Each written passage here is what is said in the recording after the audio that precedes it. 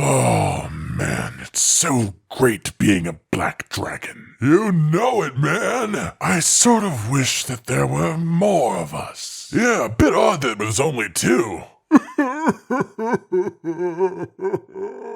Ladies, gentlemen, and monsters of all ages, there is an absolute crime in the Monster Hunter series. A monster left behind in the old world while all of its brethren have made their way to the new world. No, I'm not talking about Duramboros, though I wish I was. I love Duramboros, and he's the only brute wyvern not in the 5th generation Monster Hunter games. Why, Capcom? Right, back to the topic at hand. Black Dragons, a monster class all of their own, considered to be monsters with such a ridiculous power that they are threats to humanity as a whole, being so dangerous that just by existing, they cause harm to the world around them for miles and miles on end. Fatalis is the best known of these three, having completely destroyed the castle of an ancient civilization at Castle Strayed and taken it over for himself. So, you know, obvious danger there. He's capable of a lot of destruction. Elatrion, another absolute calamity of a monster, essentially causes insane weather patterns wherever he goes, storms of all kinds, just endangering any and all life nearby wherever he happens to live. He is less straight up malicious than Fatalis is, more wanting to just be left alone honestly, but regardless, him just existing in places causes death and destruction to follow. I'm just trying to live my life! But then there is a third black dragon, one that people rarely talk about, but I personally adore, Dire Miralis, and he hasn't been brought back since his initial entry into the series in the 3rd generation, which is just crazy to me if for no other reason than his general ecology. We'll talk about the fight itself later, but that is something we can always have significantly changed, as both Elatrion and Fatalis have proven in Iceborne. But the ecology is why I actively want to see him again. This absolute titan of a monster, a walking volcano, turned an entire sea red because he just has such a high body temperature that it made every living thing in that body of water die, and then the color changed from their blood leaking out. How absolutely brutal is that? Fatalis, jealous of your castle. Elatrion, accidental storms. Dire Miralis melts an entire ecosystem just by walking through to cool off. It flings balls of magma out of its cannon-like wing plates, and sometimes meteors just rain down around it because why the hell should it not have this kind of power? It is by far the largest physically of the black dragons, and just looking at it, it is one hell of an imposing creature. There's even lore that specifically says even when it is technically dead, its heart will still be beating. Even if you remove the heart from its body, it will keep beating, and there are legends that it could fully regenerate from just its heart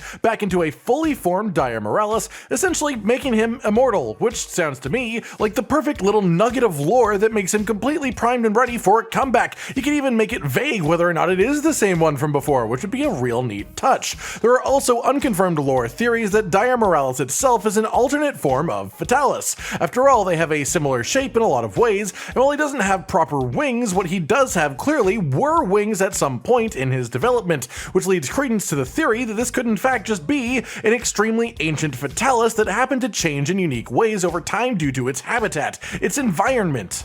That's crazy talk! Okay, maybe that's not true, but it is a possibility, because Monster Hunter lore is quite purposefully vague. And honestly, I personally believe this theory just because it would be cool. No other reason, I just think it's neat, so I like it, and I say I believe it.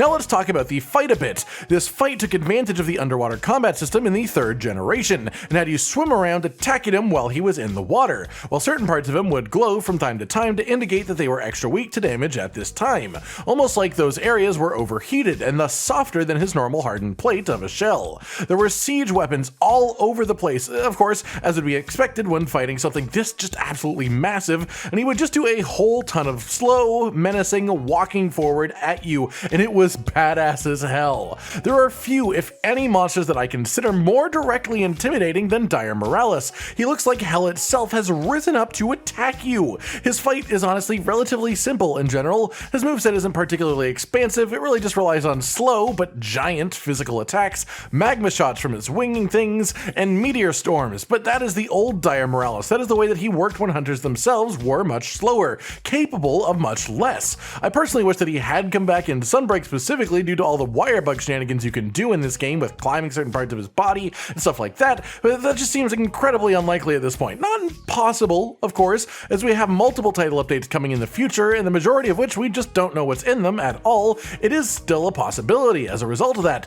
But given that we have had exactly 0 siege-type monsters in Rise and Sunbreak so far, I just highly doubt that it will happen. That said, I hope he comes back in Monster Hunter 6. He deserves it. He is a beautiful and terrifying beast, and he absolutely needs an updated fight from his old one. It feels like the community barely talks about him at all, and that is such a crying shame for such a monumental creature. Think of the way that Elatrion and Fatalis were reinvented in the 5th generation. Imagine just how nuts Dire Miralis could get getting the same treatment. The Monster Hunter team has shown themselves willing to bring back pretty much any old monster into the new hunting system, and they've proven themselves capable of absolutely nailing it when they do so, completely revamping some monsters to make them entirely new fights. They've made monsters that I previously thought were, just okay, into things that I absolutely adore. Fatalis being an absolutely great example of that. And the idea of them taking something like Dire Miralis and giving him the same treatment makes me so happy that I wish it were something confirmed to be true rather than just a personal wish of mine.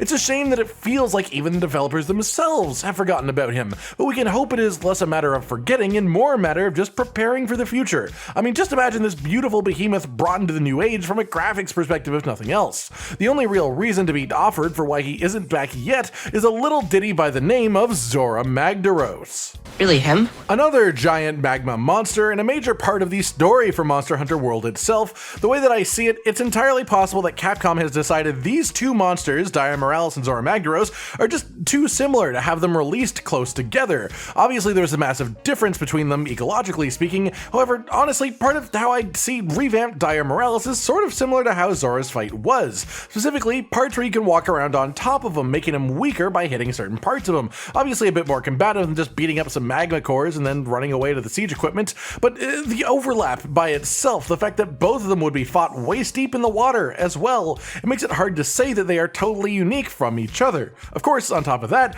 a big thing that made Dire Miralis work originally was underwater combat, which is a major part of that game, which brings a new question entirely. First, could he be fought reasonably without underwater combat? Well, I don't think it would be impossible, but him being in the water is a big part of who he is as a monster. He's sort of cooling himself down because he is so hot, so we would need some other method of combats against him, such as climbing on him, as I said before, for when he is in the water. That said, I've long held the belief that Monster Hunter as a series will go back into underwater combat again at some point, that it will be revisited because it was one of the most ambitious things they've ever done as a quirk for a Monster Hunter game, and it is also something that could be simply done significantly better than it was before in the modern day. With the technology that we have now and the way that games function now, I could totally see the movement being less restrictive than it was, and the whole thing just being a whimsical, magical wonderland, and well, that's my big theory, my big hope, however you want to label it. I foresee a Monster Hunter game diving back into underwater combat in the future, and maybe they are specifically avoiding putting Dire Miralis back into a game right now